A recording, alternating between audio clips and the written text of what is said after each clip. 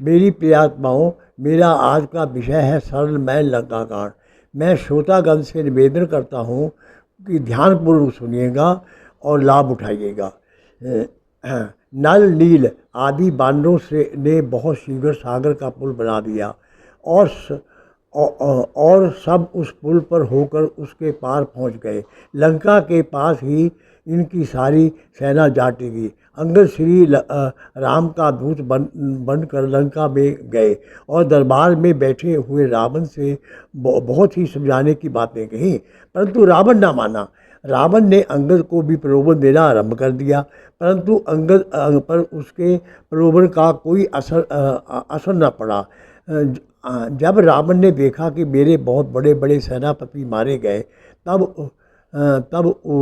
उसको बड़ा क्रोध आया। उसने अपने वीर पुत्र मेघनाद को युद्ध के लिए भेजा। वह मेघनाद ऐसा वैसा वीर नहीं था। उसने अपने पहने बानों से बहुत से बानरों को मार डाला। जब लक्ष्मण ने देखा कि मारे बहुत से बानरों को उसने मार डाला, तब उसे बड़ा क्रोध आया और मारे क्रोध से उसकी आंखें लाल हो गई। अब लक्ष्मण और मेघनाद का युद्ध होने लगा। दोनों बड़े वीर थे। मेघनाद के पहने तीरों ने लक्ष्मण के सिर को बीन दिया।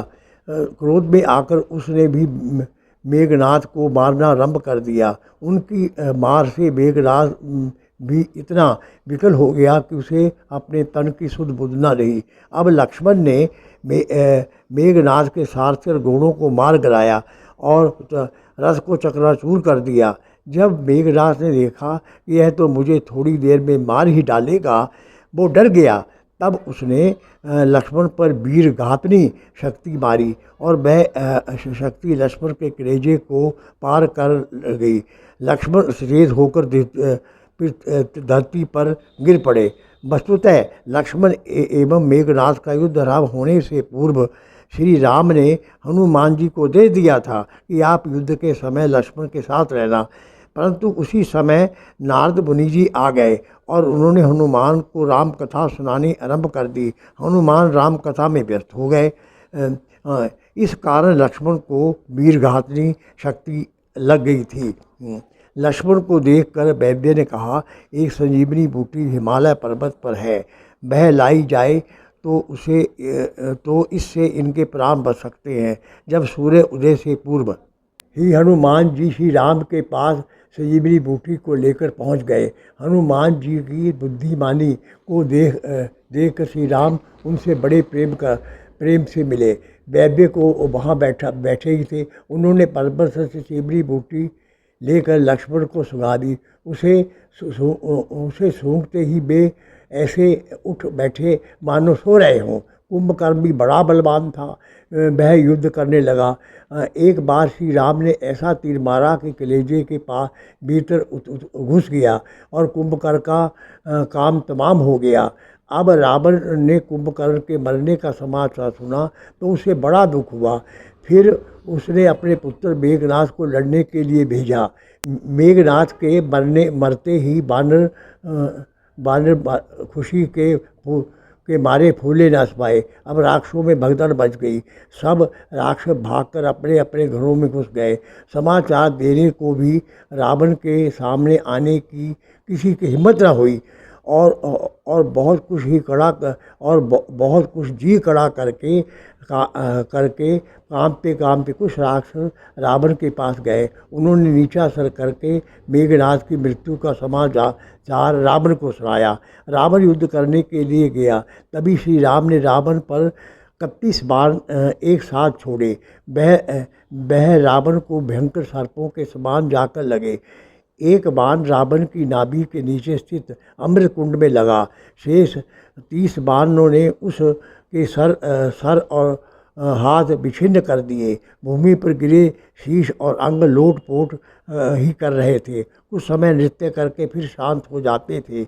इस प्रकार रावण मारा गया। जैसे राधे श्याम कथा वाचक लिखते हैं, मैं श्रोता से निवेदन करता हूँ कि इन पंक्तियों को ध्यानपूर्वक सुनिएगा। भेद भीषण भक्त से सुनकर भली प्रकार, प्रभु ने फिर शिव वंदना फिर से किया प्रहार। चले बंतर प्रेरित जमी प्रभु के बान महान, अमृत सखाया नाभि का, छुड़ा दिया शिव ध्यान। एक एक कर जब लगे कटने गिरने शीश, तब विचार करने लगा मन में लंकाधीश। राधे श्याम रामायण पृष्ठ 381। राम ने लक्ष्मण और हनुमान जी को कहा, तुम लोग भीषण के साथ लंका में जाइए और बड़े आनंद के साथ विधि पूर्वक विभीषण का रात तिलक कीजिए, क्योंकि हम तो पिता की आज्ञा के अनुसार नगर में नहीं जा सकते। ये देखिए मर्यादा पुरुषोत्तम की मर्यादा, वो अपने पिता के कितना आज्ञाकारी थे। अब वे सब लंका में जाकर भीषण को रात तिलक कराए और फिर श्री राम ने सुग्रीव और भीषण को बुलाकर कहा, हे हनुमान जी के साथ जाकर सीता को लंका से ले आए। तुरंत ही श्री राम की आज्ञा पाकर वे लंका पहुँचे। प्रभु कृपा से जब सीता लगभग 1 वर्ष पश्चात रावण की कैद से लौटकर श्री राम के घर आई, इसके उपरांत श्री राम ने लोक निंदा के बचने के लिए पराये घर में रही सीता के अस्तित्व की कठोर परीक्षा की। इसे ही महावरे में अग्नि परीक्षा कहते हैं। अब भीषण लंका से एक पुष्पक विमान ले आए। ऐसे सुंदर और अनोखे विमान पर श्री राम सीता लक्ष्मण सहित सवार हो गए। पीछे से इनकी आज्ञा पाकर विभीषण, हनुमान, सुग्रीव आदि सब वानर भी उस पर चढ़ गए। जब विमान ऊपर को उठा तब श्री राम ने अपना आप लंका की खूब सैर की और सीता को कराई। श्री राम ने हनुमान जी को बुलाकर कहा, हे वीर, आप तुरंत ही अयोध्या जाएं। अब हनुमान जी पवन के समान वेग में उड़कर चले गए। वे सिंहेश्वरपुर के राजा घू से मिले। उनसे मिलकर वे अयोध्या को चले गए। वहाँ देखा अयोध्या के निकट ही नंदीग्राम में एक महात्मा श्री राम की मूर्ति के आगे मृगशाला पहने बड़े शोकातुर और उदास अपने आश्रम पर सिंहासन बिछाए बैठे हैं। वे जटाजूट रखाए हैं। सामने बड़ी सुंदर राजगद्दी बिछी है, उस पर एक जोड़ा खड़ाऊं भी रखी धरी है। बहुत पुरोहित मंत्री आगे बैठे हैं। राज का काम काज हो रहा है। देखते ही समझ गए कि हो ना हो ये भर्ती है। 14 साल की अवधि पूरी होने में एक दिन शेष था, परंतु एक अयोध्यावासी सब भरत और अयोध्यावासी सब चिंतित थे। तभी भीषण ब्राह्मण के वेश में हनुमान जी वहाँ पहुँच गए और भरत को श्री राम के आगमन की शुभ सूचना दी तथा तसल्ली करके कि आप श्री राम के प्राणों के प्रिय है। हनुमान जी श्री राम के पास लौट आए और उन्हें भरत के गहरे प्रेम की सूचना दी। स्रोतों से निवेदन करता हूँ कि अब ये लंका कांड के कुछ पद्यांशों की व्याख्या सुनिएगा और लाभ उठाइएगा। शिव द्रोही मम भक्त कहावा, सोनर सपने मोहिना भावा। शिवलिंग स्थापित करके विधि पूर्व उसकी पूजा कर श्री राम ने सुग्रीव को उपदेश देते हुए कहा कि शिव जी के समान दूसरा कोई मुझे प्रिय। मैं शिव जी का नन्हे भक्त हूँ, अतः जो व्यक्ति शिवद्रोही है वो मेरा भक्त कहलाता है। वह भक्ति मुझे स्वप्न में भी प्रिय नहीं है। फूल ही फल ही न बैंत यद्यपि सुधा बरसी जल्द, मूर्ख हृदय न चेत जय जो गुर मिली बिरंची सम। दोहा नंबर 16 है। तुलसी जी संतों को उपदेश देते हुए कहते हैं, यद्यपि बादल अमृत सा जल बरसाते हैं फिर भी बैंत फलता फूलता नहीं। इसी भांति मूर्ख के हृदय में ज्ञान का आविर्भाव नहीं होता, चाहे उसे ब्रह्मा एवं शिव ही गुरु क्यों न मिल जाए। कवि के कहने का भाव ये है कि मूर्ख एवं घमंडी व्यक्ति को ज्ञान देना व्यर्थ है। जैसे मंदोदरी आदि के समझाने पर रावण पर कोई प्रभाव नहीं पड़ा। प्रीति विरोध समान सब करी नीति असी आही, जो मृगपति बद मेरू कही भल की कही कोई ताही। दोहा नंबर 23 है। अंगद ने रावण से कहा, रावण आप सत्य कहते हैं, मुझे सुनकर भी क्रोध नहीं आया, परंतु वस्तुतः हमारी सेना में कोई भी ऐसा नहीं है जो तुमसे लड़ने में शोभा पाए।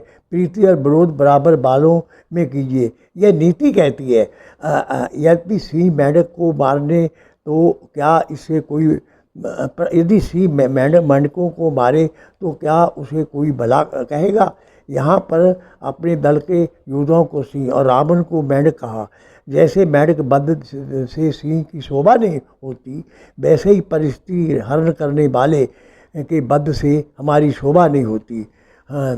सदा रोग बस संसत क्रोधी, विष्णु विमुख श्रुति संत विरोधी, तनु पोषक नींदक अग खानी, जीवन सन सम 14 प्राणी। अंगद रावण को फटकारते हुए कहता है, वाम मार्गी, कामी, कृपण, अत्यंत मूढ़, अत्यंत गरीब, कलंकी, बहुत बूढ़ा, सदा रोगी रहने वाला, क्रोधी युक्त रहने वाला, विष्णु विमुख, वेद, संत विरोधी, महान पापी, ये 14 प्राणी जीवित ही मुर्दा होते हैं। हे रावण, आप उनमें से एक हो। पर यहाँ पर अंगद ने रावण का यथार्थ रूप प्रस्तुत किया है। भूमि ना छाड़त कपि चरण, देखत रिपु मद भाग, कोटि विघ्नते संत कर, मन जिमी नीति त्याग। दोहा 34 है। अंगद रावण संवाद के समय जब अंगद ने अपना पांव पृथ्वी पर टिका दिया, यह घोषणा कर दी कि यदि रावण के अतिरिक्त सभा में उपस्थित कोई भी योद्धा मेरा पैर पृथ्वी पर से उठा देगा तो हम युद्ध विराम की घोषणा कर देंगे। हाँ, हम योद्धाओं से सब योद्धाओं ने जोड़ लगाया, पर तो कोई भी योद्धा अंगद के पाप को पृथ्वी से नहीं उठा सका। इसलिए तुलसीदास जी संतों को उपदेश देते हुए कहते हैं कि अंगद का चरण पृथ्वी पर नहीं छूटता। यह देख शत्रु का गर्व दूर हो गया। जैसे कुहाड़ी विघ्न होने पर भी संत का मन नीति का परित्याग नहीं करती। काल दंड गही काहू न मारा, हर ही धर्म बल बुद्धि विचारा, निकट काल जही आवत साई, पही ब्रह्म तो ही तुम ही नाई।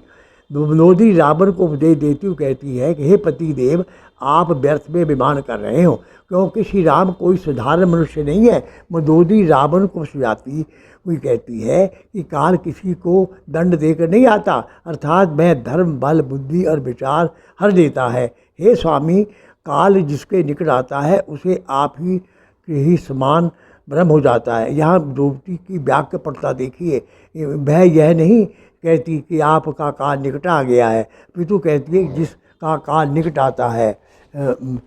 साम दाम अरुदंड विभेदा, निपहु बरियु नाथ बह भेदा, नीति धर्म के चरण सुहाए, अस जिस जानी नाथ पाही आए।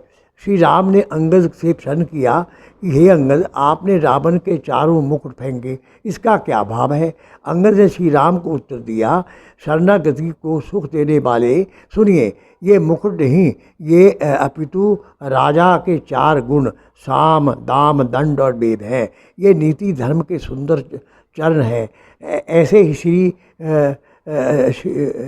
ऐसे जी से जानकर वे स्वामी के पास पड़े हैं। अच्छा, ये रावण के यहाँ अनाथ पड़े थे, इनसे वह सदा चिढ़ता था, इनका अनादर करता था, नीति कहने वालों से बिगड़ उठता था। आपने विभीषण को राजा बनाया, अतः राजनीति के चारों अंग अपने नाथ के पास आ गए। अब रावण राजा नहीं, उसके पास क्यों रहे। पर उपदेश कुशल बतेरे, जे चरही ते नर न गनेरे।